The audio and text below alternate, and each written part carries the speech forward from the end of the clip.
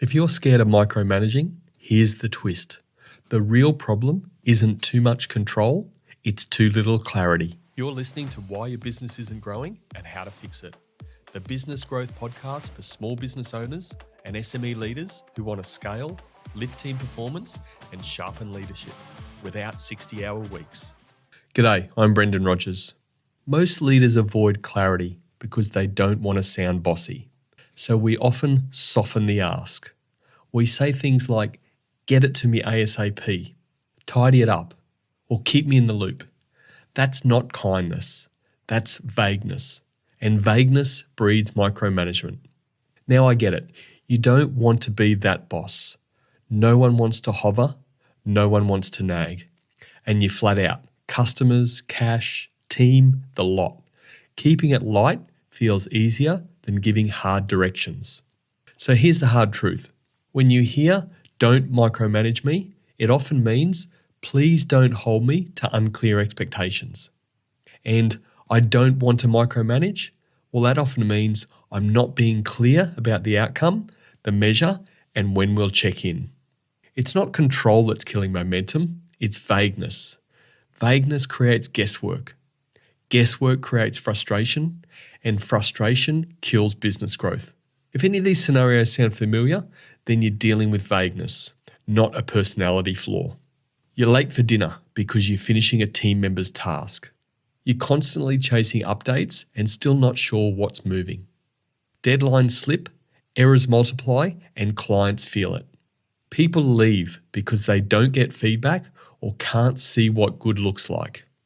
Now in a minute, I'll give you the 2-minute script that kills 80% of your micromanaging me moments. So stay with me. Here's a quick coaching story. Ruby, not her real name, is a capable general manager. Her leader was very hands-off because he didn't want to micromanage. Expectations lived in his head and feedback always came in late. We set 3 things up: a clear outcome, visible evidence, and a short check-in rhythm. She had the same energy, just a better aim, which produced faster results, and she was off to the races. Clarity beats control every time. Give people freedom inside a frame, crystal clear outcomes with simple guardrails and known check-ins. You lead the what and the when, and they own the how. Now let's take a quick pit stop. Try this now. Think of one task on your plate today. Ask yourself out loud, what does done look like in one sentence? If you can't say it simply, your team can't either. Now remember the 2-minute script I said I'd give you? Well, here it is. It's called the clarity contract. Say it out loud when you assign real work. The first part is result. What's the result we're aiming for? If you can do this in one sentence, that makes it crystal clear. Evidence. I'll know it's done when I can see what, an artifact or a metric. When? Show me a draft by a certain date and a certain time. And the guardrails. Here are your boundaries. Could be budget, brand, risk, compliance related. And help. What do you need from me to move fast? And that's it. It literally takes 90 seconds, person to person, and no hovering is needed. Small improvements every day. That's how serious growth happens. When outcomes are clear and check-ins are regular, there are less surprises, less rework, delivery speeds up, and turnover slows. Now getting back to Ruby. Once the expectations were clear, for example, be on site for X days, have X agreements ready by Friday, and a 20-minute check-in every Tuesday, she stopped fielding those random pings on her phone and started getting real stuff done. Her leader wasn't micromanaging. He was managing the outcome. Her confidence was up and her wasted time was down. The momentum is back to growing your business. Now, I see it across all businesses, whether it be trades, clinics, SaaS businesses, professional services, education, non-profits. When the equation is hands-off plus vague, it equals confusion. When the equation is hands-off plus clear, it equals outcomes and results. Now here's a playbook you can follow. When you assign work to an employee, use questions like this. Before we wrap up, what does done look like in one sentence? What will you show me on Thursday at 10 o'clock to prove it's on track? And any blockers I can remove so you can move quickly. When you receive work back, use questions like this. Walk me through the result against the brief. Where did we hit the mark and where's the gap? And what's the next visible step and by when? And when you're speaking to someone who fears micromanagement, use statements like this. I won't tell you how to do it. I'll be clear on the result and when we'll check in. You own the how, I own the outcome and the risk. And whenever you're unsure, be clear and upfront with statements like this. I'm not 100% on the final result. Let's agree on the first milestone and we can make a final call by Thursday at 10 a.m. Bring two options. We'll pick one and go with it. And here are 3 pitfalls you want to avoid. The first is vague deadlines. Things like soon and ASAP aren't clear. Name a day and a time. And the second, invisible evidence. If you can't see progress, you're guessing. Ask for a draft, a mock-up, a demo, or a number. And third, surprise feedback. Waiting a month to say I'm not happy isn't leadership.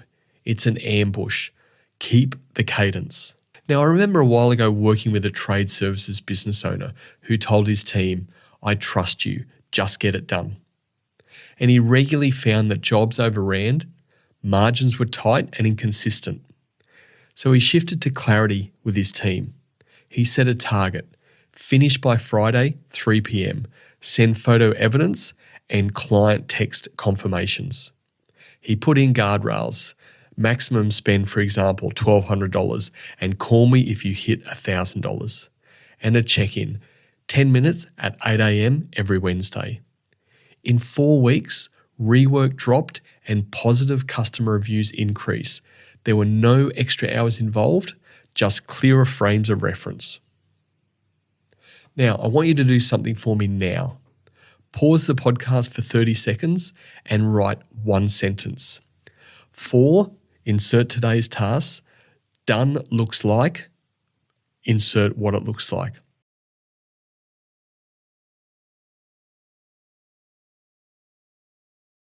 And you're back.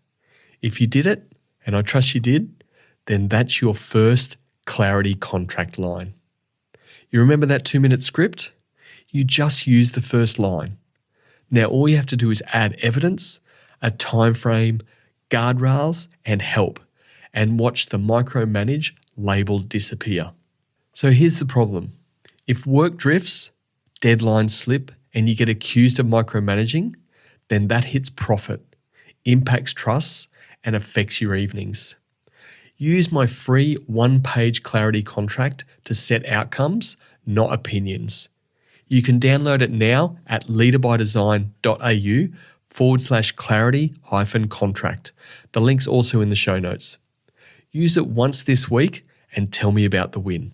Remember, micromanagement isn't the problem. Vagueness is. Lead with outcomes, not opinions. Set the frame, share the guardrails, keep a rhythm. That's how teams move faster, and that's how leaders get their evenings back. I'm Brendan Rogers, and this is Why Your Business Isn't Growing and How to Fix It. If this small business podcast episode helped you, follow or subscribe and share it with one SME owner or leader. This leadership podcast is here to help you keep scaling a business without 60-hour weeks. And if you haven't already, go and take the free High Impact Leader Assessment to learn your leadership level and next best move at leaderbydesign.au/assessment. Again, the link's in the show notes. Until next time, grow yourself, grow your business. SME business owners and senior leaders, tired of 60-hour weeks while cash flow crawls? Break free with my free 60-minute training, the 5-Habit Method to Boost Cash Flow Without 60-Hour Weeks. Learn leadership habits that lift revenue, energize your team, and let you clock off by 5. You'll also see how the High Impact Leader membership delivers ongoing coaching, accountability, and plug-and-play systems to elevate your career and company. Grab your seat at leaderbydesign.au/impact.